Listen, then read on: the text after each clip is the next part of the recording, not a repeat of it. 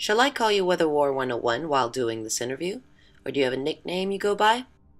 Yes, WW101 is fine. It is the name all of my viewers know me by. What of your background can you share with us? Not to get too personal, but in regards to how you came about discovering these truths. How did you grow into this, and how long ago did it start to make sense? Are you a scientist to begin with, or a self-educated man, for instance? Again, not to get any identifying details, but to understand what motivated you originally and what pre-qualifications made your awareness possible. For me, it started 20 years ago. I had already been aware of the increase in bizarre and inexplicable weather events for some time, but just like everybody else, I didn't have any idea how it was happening. It was perfectly clear to me that it wasn't natural, however, and it really began to get me. One day I was watching the news and the weather report came on. The weather radar showed 2 overlapping rings plain as day, and when the storm system passed the intersecting rings, the storm completely changed. The weatherman just acted like he couldn't see it, and it was just infuriating. It was at that point I decided I wanted to know what I was looking at. Up until that point, I had spent my adult life as a corporate network engineer, and I was extremely good at it. For decades, I designed and built wide area networks for corporations all over the country and was highly sought after. Engineering and scientific thinking in general is in my blood, and from the time I was a child, knowing how things worked was my imperative. It didn't matter what the object was. If I didn't understand how something functioned, I made sure I figured it out. This inherent ability was essential throughout my career, as the early days of networking were essentially the Wild West. It was all groundbreaking work, so encountering systems, reverse engineering how they put together, and figuring out how to get disparate systems to communicate with new PC networks became second nature. So after seeing those 2 rings that I didn't understand and the weatherman's frustrating obliviousness, I set my sights on the weather. Figuring out what those rings were was the first step, which began my research and understanding of the NEXRAD Doppler grid. So what was the next thing you discovered about these rings? And are they the harp rings of Dutch sense? The first thing I determined was that the rings were all overlapping, but they were all individual. It was clear that each ring had a center, and thus whatever was in the center had to be generating the ring. It's almost surprising that it took me as long as it did, since by watching TV weather radar I was already looking at the source, but eventually I came across a layout of the 156 NEXRAD Doppler weather radar stations across the country, and it hit me like a flash of light. At the center of each of these rings was a NEXRAD station, and the locations of the rings matched up exactly.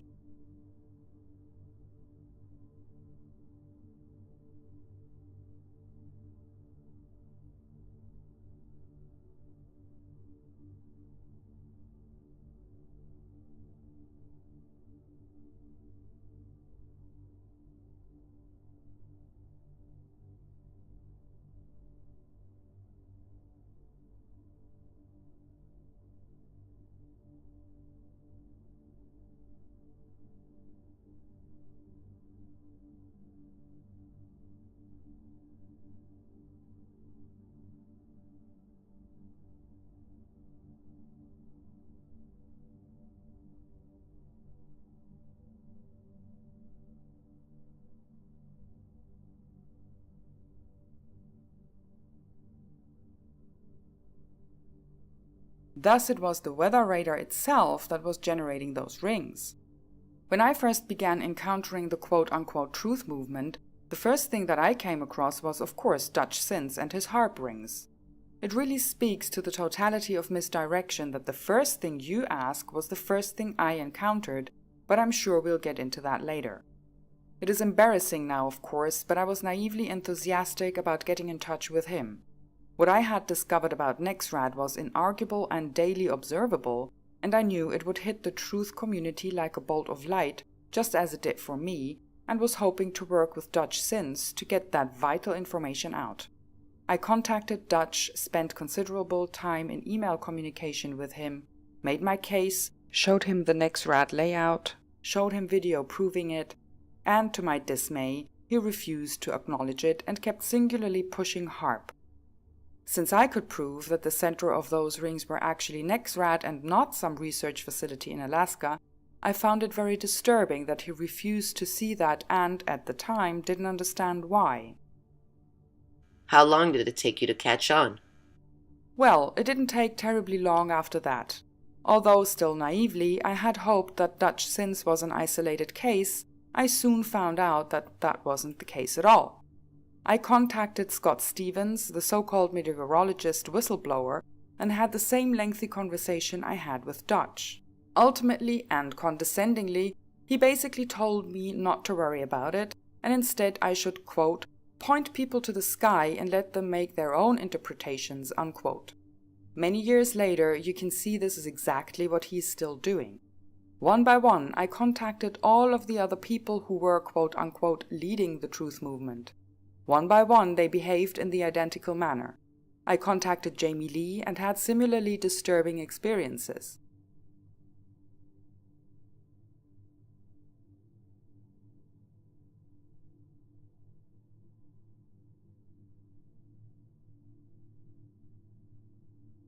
After a while, none of them would even respond. Dabu 7, suspicious observers, all of the people who are leading the truth movement wanted nothing to do with the daily observable evidence I had compiled, and that would instantly clear up all of the confusion that ran, and still runs, rampant in the truth community. Most egregious of all was Dane Wigington and company. Aside from never ever speaking with me directly, he quite literally conspired with disinformation operatives to deliberately misidentify, discredit and dismiss me and my volumes of verifiable work.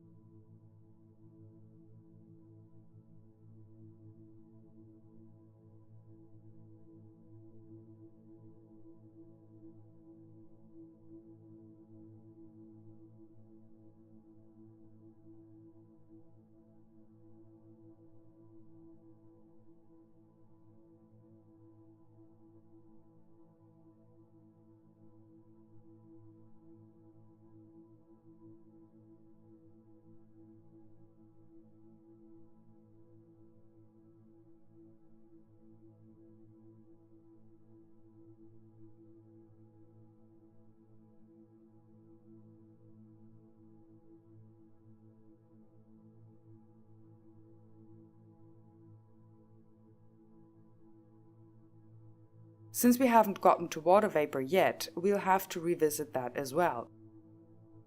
Did you find any documentation in the scientific literature that validated your observations of Nexrad being at the center of these rings, or of it having the double-edged sword of sending as well as receiving capabilities? Oh, absolutely. As I say frequently, I don't say anything I can't prove. I found all of the necessary Nexrad specifications to prove they were capable of doing exactly what I say they are doing, and that can be visibly observed every single day. Each Nexrad pulse is 750,000 watts. There are 156 of them across the country and they all overlap. This is the horrendous frequency blanket we all live in. What was the next piece of the puzzle that you noticed? The next thing I need to understand was how these storms just burst into existence from nowhere on a daily basis. Every single day on radar, you can see sudden explosions of storms in otherwise completely dry air. Obviously, this wasn't a natural occurrence either, and I had to find a source. These bursts were just water vapor, but since they happen all across the country in various intervals, it was very difficult to grasp what could possibly be the common source. The co-opted truth community was pushing misdirection like chem bombs to explain these bursts, without any evidence of any kind, of course, but that made no sense at all. After considerable searching, I had an epiphany. There was one in-place, on-the-ground source that could produce massive amounts of water vapor. That source was the power plant grid. I dug up some power plant overlays showing the locations of all 7,000 power plants in this country, compared them to the locations of the bursts in numerous storms, and it was like another flash of light. So to clarify, what you see has nothing to do with HARP whatsoever and everything to do with NEXRAD? Yes, that's exactly right. Every single day I can prove massive NEXRAD frequency manipulation that is visibly responsible for spinning up all severe storm systems in this country. Alternatively, neither I nor anyone else can prove that HARP is doing anything at all. Pointing at an anomaly and declaring it caused by HARP is not proof, but that is all any HARP videos consist of. Yet, if you approach any of the geoengineering pseudo-truthers with this evident and obvious reality, they will either go immediately silent, get argumentative, or even get hostile. There is zero evidence of HARP versus endless daily evidence of NEXRAD, and we all see which one the truth community is being forced to focus on. There's no other way to describe this other than deliberate misdirection. Is this NEXRAD frequency blanket what has changed the Schumann resonance of the Earth? I would have to say yes. Obviously, only God knows how many other ways mankind is generating opposing frequency, but consider the scope of this influence. NEXRAD operating at 2,700 to 3,000 MHz and 750,000 watts per pulse doesn't just blanket this country. Equivalent Doppler stations blanket all other landmasses and countries. Once you see with your own eyes the tremendous influence of these combined stations, it's almost impossible to imagine anything being capable of having a larger influence just based on the amount of global equipment involved alone. What about chemtrails? Have you studied them particularly? Have you noticed any gatekeeping around that information, outside of the whole emission of ground-based industrial anthropogenic clouds, that is? Absolutely.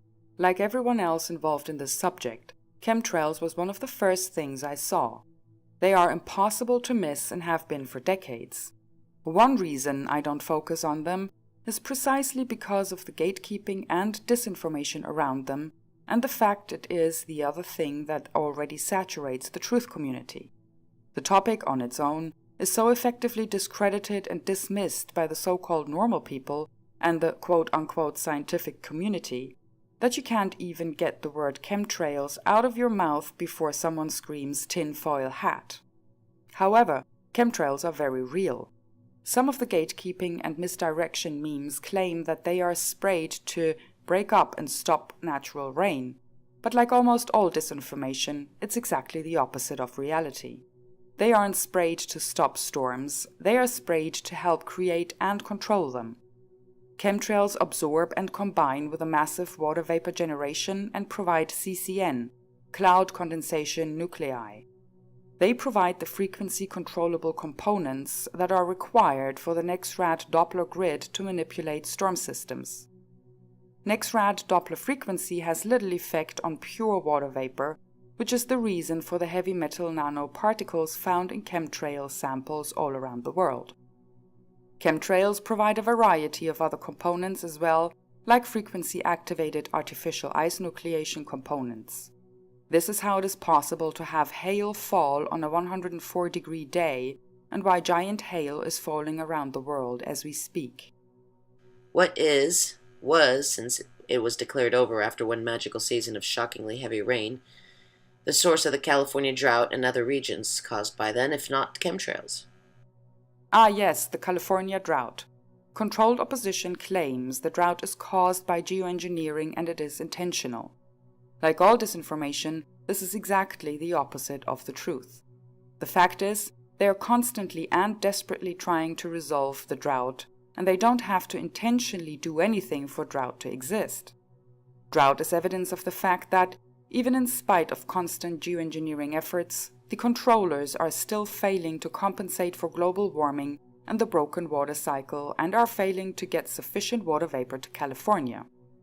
As we see on a daily basis from satellite imagery, massive in-place water vapor generation is required to create and fuel any rain event.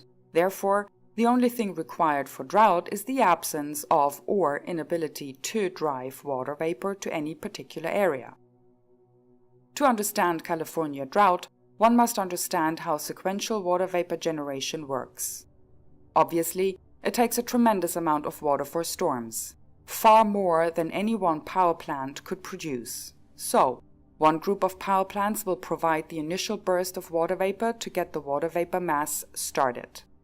Going west to east along with the jet stream, the water vapor mass will pass over the next set of power plants, which will add even more water vapor to the water vapor mass.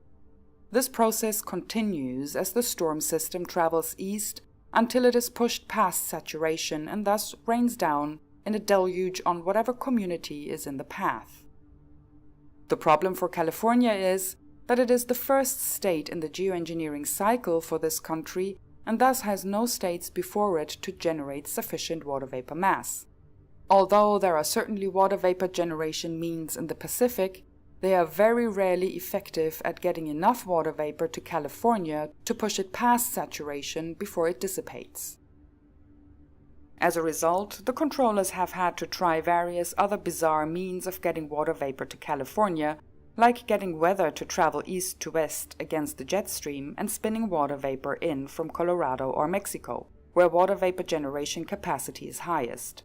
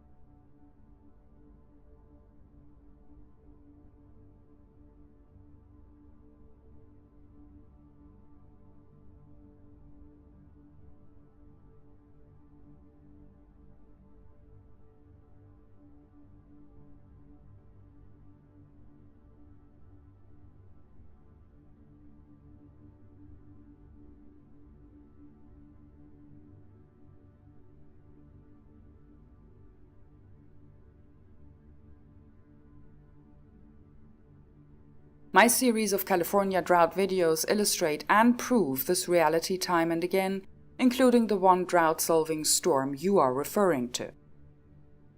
So the mystery chem bombs are water vapor releases then? Do they have them over the water and oceans as well?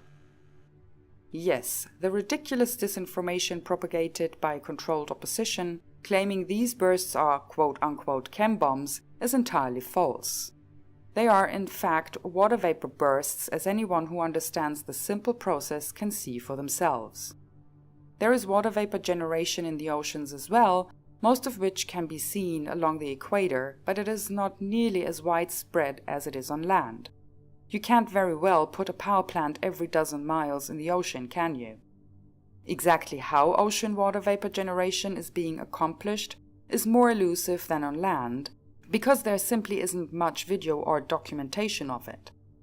However, it's not difficult to imagine platforms with WSAC-like facilities, since the water supply is obviously endless. It is quite clear there are other methods of evaporating water being employed as well, but not a great deal of evidence on the subject. Do you believe our meteorologists know about this and are silent, or are they just towing the party line like good little boys and girls?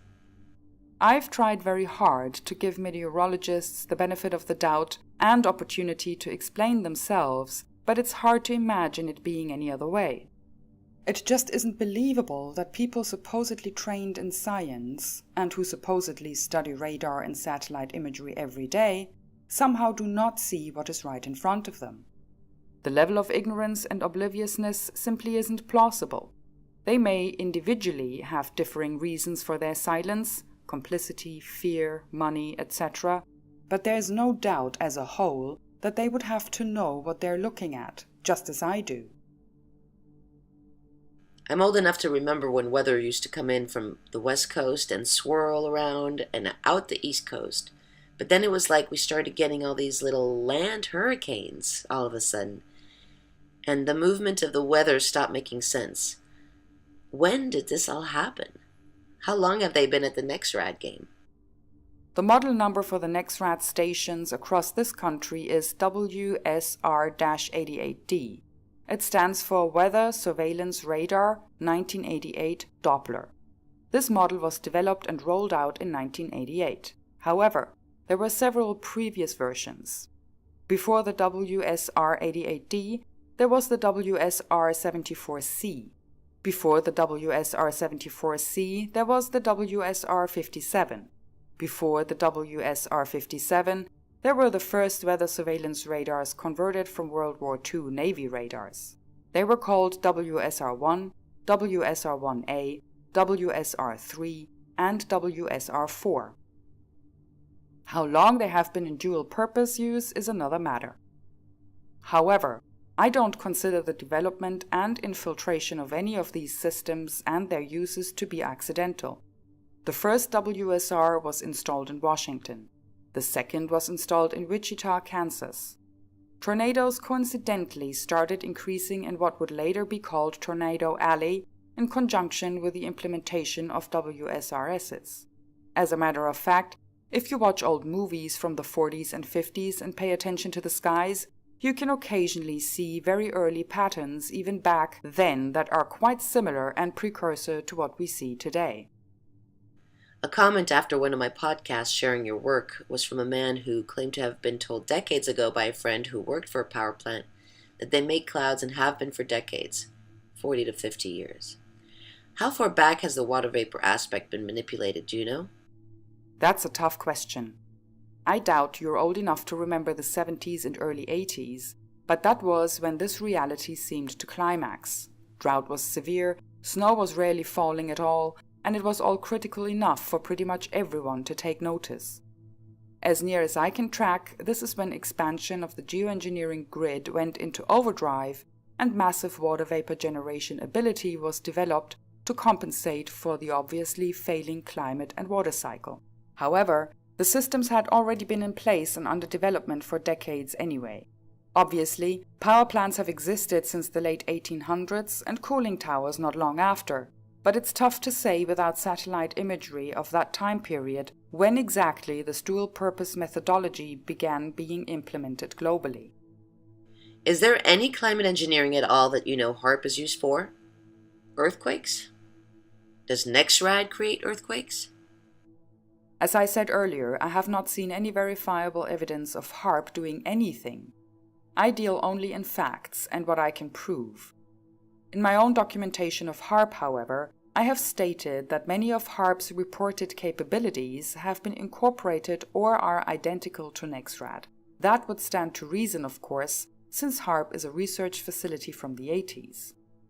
How earthquakes are being caused, and yes, it seems clear that they are being caused, could be any number of ways. Now we are off in speculation, since, as I said, I've seen no convincing proof of anything at all, but if theoretically HARP could be used to cause an earthquake, then you bet NEXRAD probably could as well. Since, once again, all earthquakes are blamed on HARP by controlled opposition, you can bet it's the opposite of the truth. From an operational standpoint, however, I would point to the same reality I did in regards to the Schumann resonance. Would you use a decrepit research facility in Alaska, or would you use a global grid of hundreds of NEXRAD Doppler facilities that blanket the planet? Or it could be another Tesla-like technology for achieving resonance altogether. As I said, I've seen no convincing evidence for the cause of earthquakes. Have you noticed any other technology involved? There's little doubt there are other technologies involved, but evidence is a factor. However, all weather events that can be traced, observed, and proven to be created and manipulated by the major components already described. There's one other daily visible major component involved, but I'll get to that in a moment. Do you believe CO2 is driving climate change and/or global warming? Yes, CO2 is a factor, but no, I don't consider it the driving factor or cause. Personally, I consider it another elaborate distraction that excludes everything else involved. For instance, a power plant in 2017 puts out approximately 2 pounds of CO2 per kilowatt hour. Yet power plants can put out tens or hundreds of thousands of gallons of superheated water vapor every hour. Consider the amount of heat transferred directly to the atmosphere in that process, then multiply it by 62,500, the number of power plants worldwide. Which do you think has a more significant impact? Besides, it completely misdirects from and evades the real issue.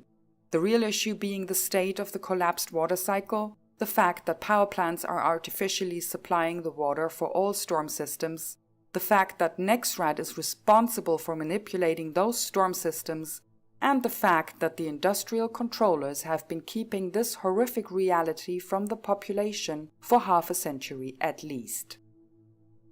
Have you ever tried contacting someone not on the fringe about this, i.e. EPA, mainstream media? Hey, local Times, what are these monstrous clouds coming out of these power plants feeding into our rain systems?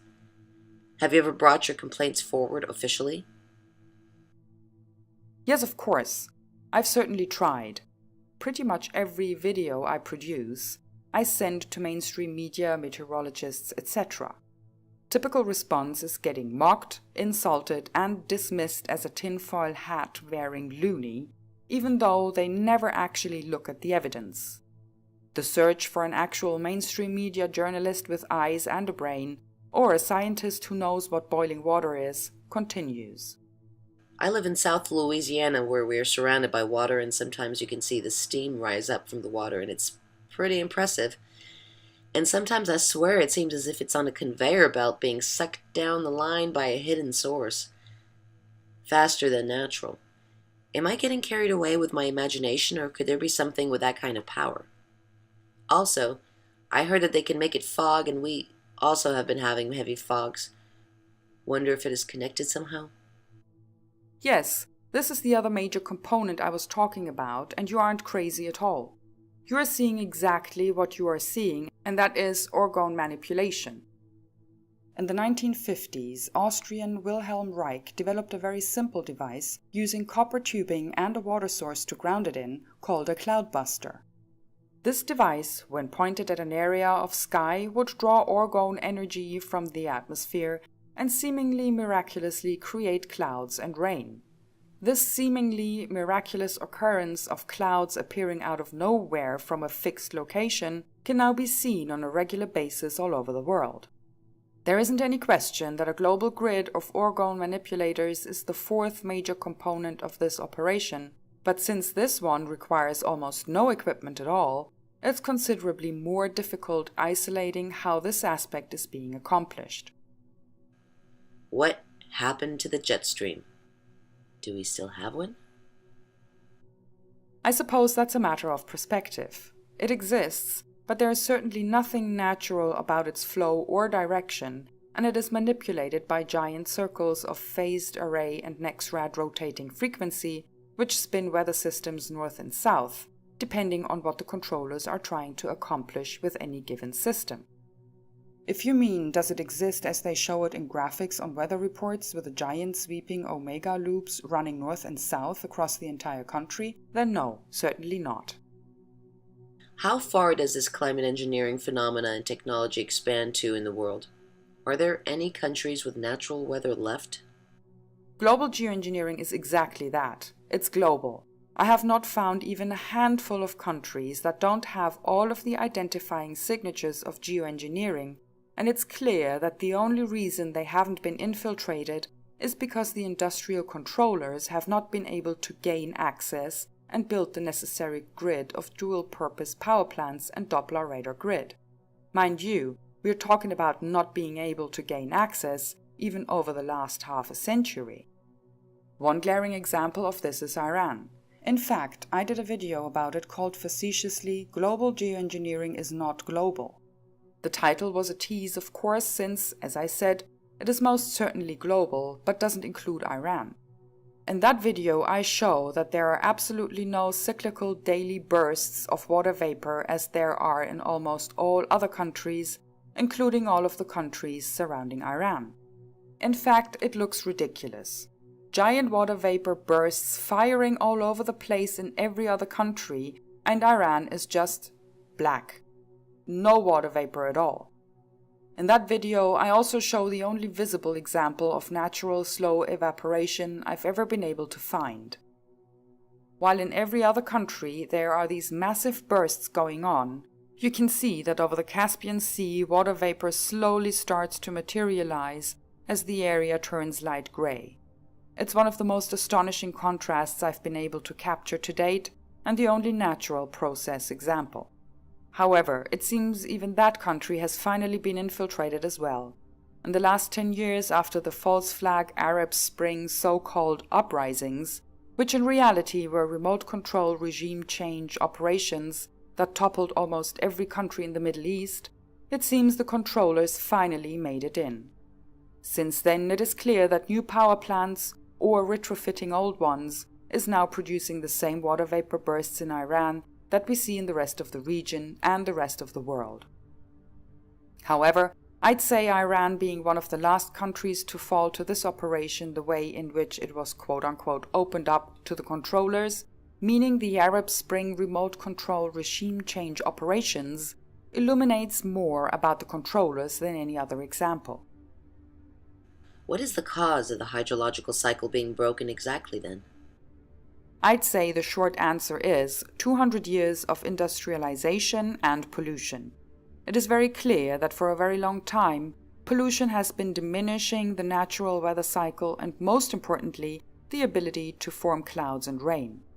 Particle emissions from industrialization are much smaller than natural cloud condensation nuclei like dust and ash, which impedes and prevents normal cloud and raindrop formation. This reality was certainly known half a century ago, as evidenced by the deliberate effort to compensate for it. Adding the extra water vapor to the water cycle forces cloud formation and saturation even in spite of the natural formation problems. This comes at tremendous cost, however, and creates a number of negative feedback loops. For instance, forcing these storm systems uses all available water vapor, thus depleting the atmosphere all the more each time, which then requires more and more water vapor generation.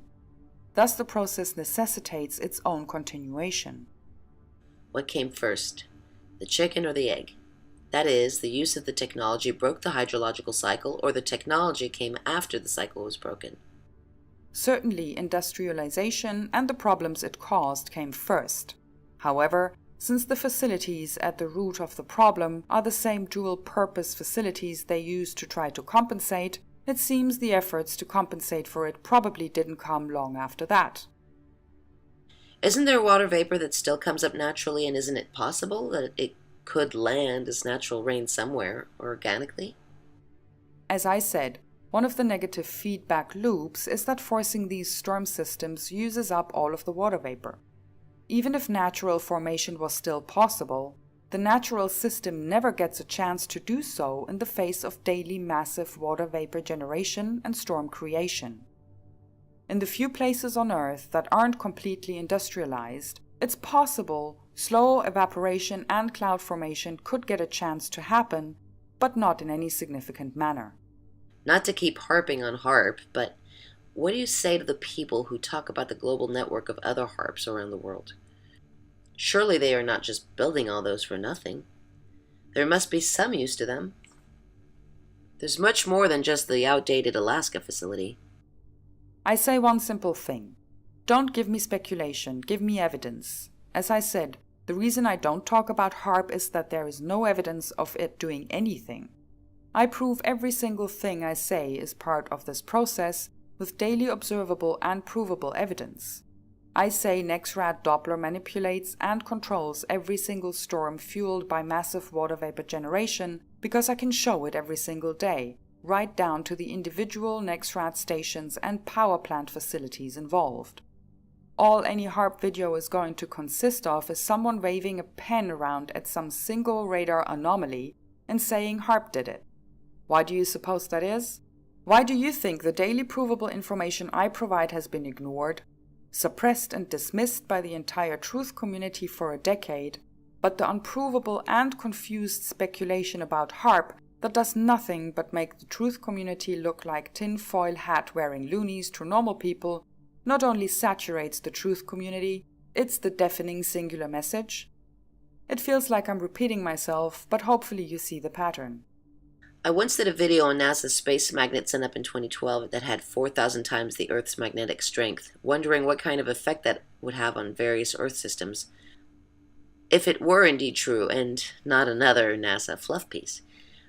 I discovered the Nazis had a sun gun they wanted to point at the Earth as the ultimate weapon, and Spacecast 2020, predecessor to Owning the Weather by 2025, speaks of a space-based mirror for the purposes of controlling terrestrial weather. Could either of those be the other element you were referring to regarding orgone? That which is affecting the phenomena causing the monstrous blooms? Again, I don't find speculation about these things helpful for several reasons. First of all, it is desperately important to keep people's focus and attention on what is right in front of them, what we can prove, and what equipment and facilities are right near their house that they go see for themselves. These are actionable, observable, and provable things that by themselves explain 99% of the daily man-made weather processes that cycle every single day. Attention span being as diminished as it is in this information overload social media society, these simple things are all anyone needs to understand to be able to understand how the weather actually happens. If we start speculating about magnets in space and space mirrors, several things occur. 1. We are no longer talking about anything anyone can do anything about. There's nothing you can do about a space magnet. Secondly, we are no longer talking about anything anyone can prove. How is anyone going to present any evidence of the effect of a space magnet? What system is there, like GOES or NEXRAD, that actually shows the daily effects of a space magnet? There isn't any. So once again, we are talking about nothing but diversionary speculation. Finally, if we are talking about a space magnet that may or may not exist, or that may or may not have some effect or purpose on geoengineering, guess what we aren't talking about? We aren't talking about the ring of power plants responsible for washing away today's victimized community that can be seen and proven as easily as the existence of the combustion engine can. Speculation is exactly why the truth community knows nothing useful or tangible about daily man-made weather after 20 years of activism. In my last set of videos, I show and prove that the water vapor that became the Arizona monsoon flash flood deluge came from a handful of power plants in Arizona itself, and any Arizonan can go see for themselves. This is the kind of information the truth needs and can use. No one can go observe the effects of a space magnet. So if our materialism has allowed the unchecked growth of industry to change the alchemy of our skies over centuries now, why should we not just let them take care of the mess they made themselves, since they're obviously the most equipped to even deal with it? Well, I'm sure I could do another entire interview on the reasons why we shouldn't, but let me hit the highlights. 1. These criminals destroyed the planet's climate and hid it from the species for 100 years, simply to keep the population enslaved to coal and oil, and to keep the planet running on the coal-fired steam engine power grid in 2017. Clearly, these people cannot be trusted to do what is in our best interest. 2. While the population is misled and occupied with delusions of reducing CO2, an additional 1,600 coal-fired power plants are being built in 2017. This will increase coal-fired power generation worldwide by 43%. Doing a lot more of the thing that caused the problem in the first place is not the solution to the problem. As they have done for the last 100 years, the only solution they have for the coal and oil problem is more coal and oil. Not because it's any kind of solution, but because all they want is more coal and oil regardless. 3. The 7 billion people of this planet continuing along in obliviousness, while the planet rapidly approaches matching the surface of Mars, is not acceptable under any circumstances. This species need to wake up and understand what this species has done and continues to do to this planet. As the planet slowly burns up, the people need to be paying attention to a great deal more than the latest tweet from Donald Trump or the latest manufactured distraction. 4. Finally, the premise is incorrect to begin with. They are not equipped to deal with the problem, and the state of the planet is the proof. Even after all of the desperate deluges they dumped this month in effort to squelch rising surface temperatures, we are still entering another quote-unquote ring of fire heat wave that will have most of the country in 100+ degree temperatures. Even with all of their efforts, they are failing to control the meltdown anyway, which is all the more reason why the species need to wake up and pay attention to the planet we all live on. So, what exactly do you recommend we do? Besides picket the power plants and kick up a fuss, what can be done to fix this? Besides getting them to stop. People need solutions to the doom and gloom. Stop everything and hope for the best, or is there some other thing that needs to be done? How do we undo this? I realize people have the need for quick fix answers the moment they even start to grasp a problem, but we're a long way from that. There's a saying in systems science, you can't solve a problem until you know what the problem is, and this society currently has no idea.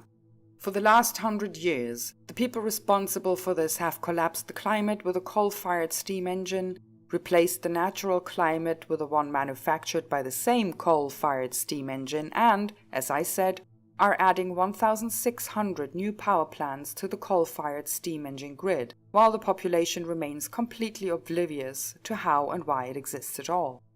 On top of that, we have the equally elaborate psychological operation to make sure the population remains oblivious, and as we can all see, it has been very effective in doing so for the last 50 years. While CO2 and chemtrail factoids dominate, saturate, and occupy the truth community and the consciousness of the species, the population is kept completely unaware of the much more dire reality of the already collapsed natural climate and the daily manufactured man-made weather disasters that cover collapsed climate reality up.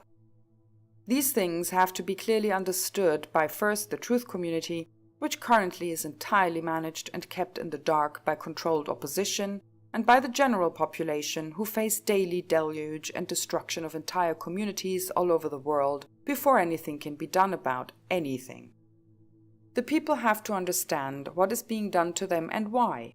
Gaining this relatively simple understanding provides a rock-solid foundation and an exponential evolutionary leap in perception and understanding of this world and the methods of deception. And I have honed the key to all of this understanding down to understanding the simple process of boiling water. Without this simple and rock-solid foundational understanding, any conversations about solutions are pointless and instantly vulnerable to endless controlled opposition misdirection that has been so successful for half a decade. First things first, this foundational knowledge gave me personally a crystal clear vision of all the other deceptions on this planet and, guaranteed, it will do so for all others who obtain this simple understanding of how weather works. So the first thing we have to do, and surely the thing the controllers are most afraid of, is to make this reality known and understood. The best way to do that is with a giant, fixed-position daily evidence provided by the global power plant grid. This isn't about picketing them, this is about showing and proving exactly what they're doing.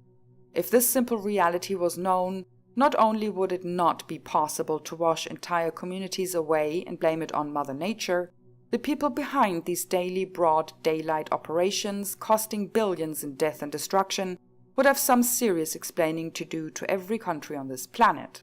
That is the very first step, and it would be a huge one, leading to a cascade of other exposures and understandings that this species has desperately needed and been deprived of for far too long. Any other important question I glared over? I'd say we have covered the topic pretty effectively. The most important thing now for any real progress to be made is to keep it simple, and understanding boiling water is as simple as it gets. Besides your Weather War 101 YouTube channel, where else can we find you? And do you have a place where you list the documentation and patents for all your excellent research? The main location for my work, in addition to my Weather War 101 channel on YouTube, is my website weatherwar101.com. I can also be found on Twitter at ww101team, on Facebook at facebook.com/weatherwar101, and on LinkedIn under Weather War 101 as well.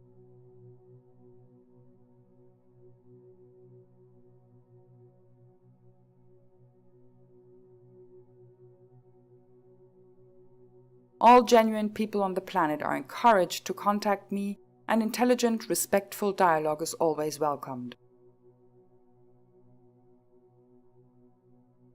I look forward to hearing from the 7 billion people who care about the planet they live on and who are tired of being in the dark.